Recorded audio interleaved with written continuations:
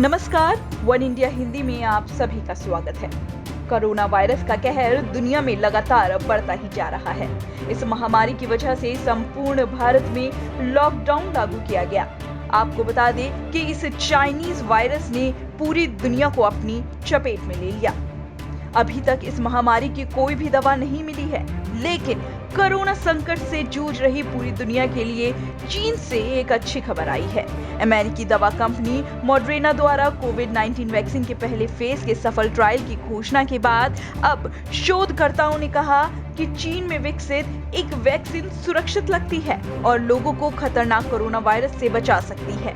आपको बता दें, अमेरिकी दवा कंपनी मॉडर्ना ने भी कोविड-19 वैक्सीन के पहले फेज के सफल ट्रायल की घोषणा की है। इसके बाद बीते शुक्रवार को शोधकर्ताओं ने कहा कि चीन में विकसित एक वैक्सीन अधिक सुरक्षित लगती है और लोगों को कोरोना जैसे जानलेवा वायरस से बचा सकती है।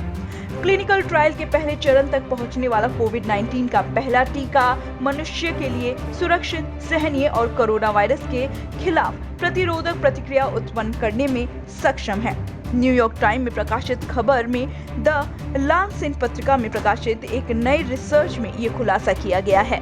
इस वैक्सीन का 108 वयस्कों पर अध्ययन किया गया, जिनकी उम्र 18 से 60 साल के बीच थी।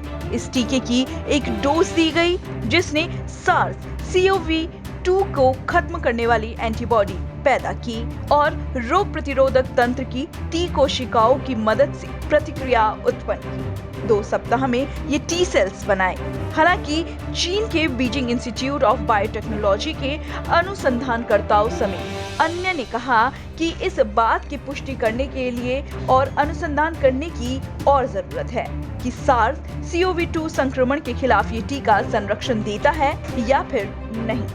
अध्ययन में ये भी कहा गया है कि 108 स्वस्थ वयस्कों पर किए गए प्रशिक्षण में टीके ने 28 दिन के बाद अच्छे परिणाम दिखाए, जहां अंतिम परिणामों का अगला 6 महीने में आकलन किया जाएगा।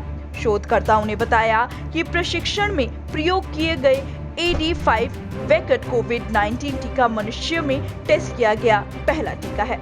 अध्ययन में ये भी बताया गया है कि इस टीके में जुकाम पैदा करने वाले कमजोर पड़े एडनोवायरस का इस्तेमाल किया, जो कोशिकाओं में SARS-CoV-2 स्पाइक प्रोटीन के लिए कोडिंग का काम करने वाली आनुवंशिक सामग्री तैयार करता है और ये कोशिकाएं फिर स्पाइक प्रोटीन पैदा करती है और ये फिर स्पाइक प्रोटीन की पहचान करती हैं और कोरोना वायरस से लड़ते हैं। फिलहाल इस वीडियो में इतना ही। देश दुनिया की तमाम बड़ी खबरों के लिए आप देखते रहिए वन इंडिया हिंदी।